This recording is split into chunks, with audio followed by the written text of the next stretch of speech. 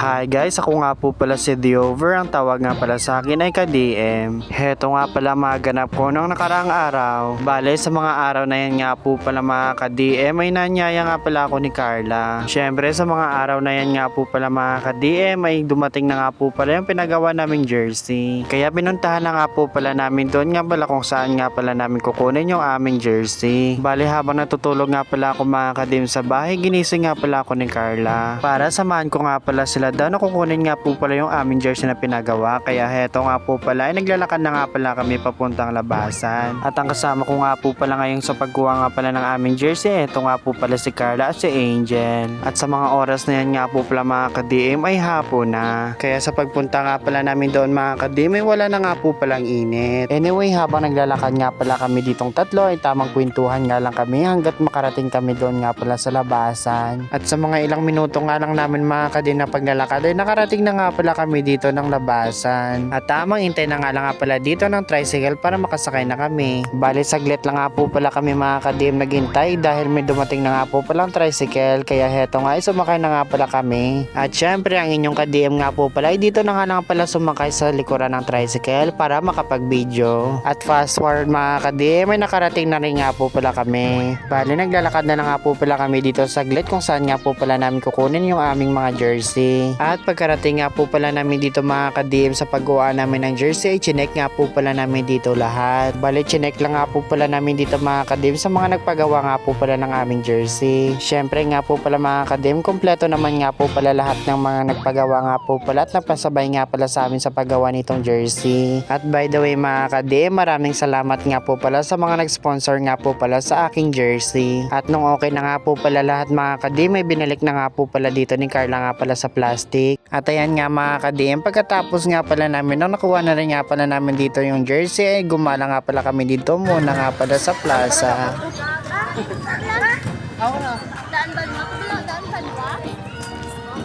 Si Jobero. Subong, ari kami subong sa plaza. Amo na yung pod ko subong, mga ano, may ano mo kami din, may military.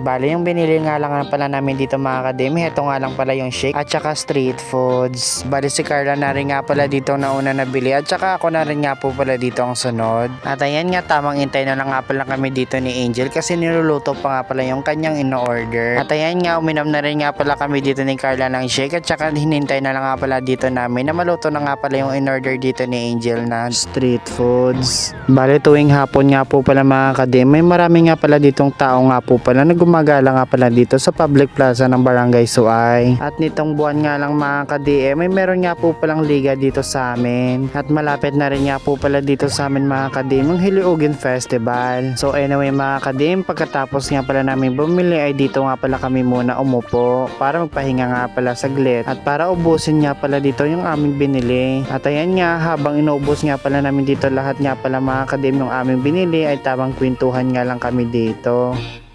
At dahil hindi nga po pala naubos mga ka-DM yung aming binili ay dinala lang namin pa uwi. So bali dito nga pala mga ka-DM, before ko nga po pala tatapusin itong video ko ay hindi nyo nga po pala kakalimutan mag-follow, like and share. At sa mga gusto nga po pala magpa-shoutout sa akin sa next vlog, mag-comment lang kayo dito sa comment section at ilalagay nyo rin nga po pala dito kung taga saan kayo para malaman ko kung saan na nakaabot itong video ko. At ayun lang, see you sa next vlog. Paalam!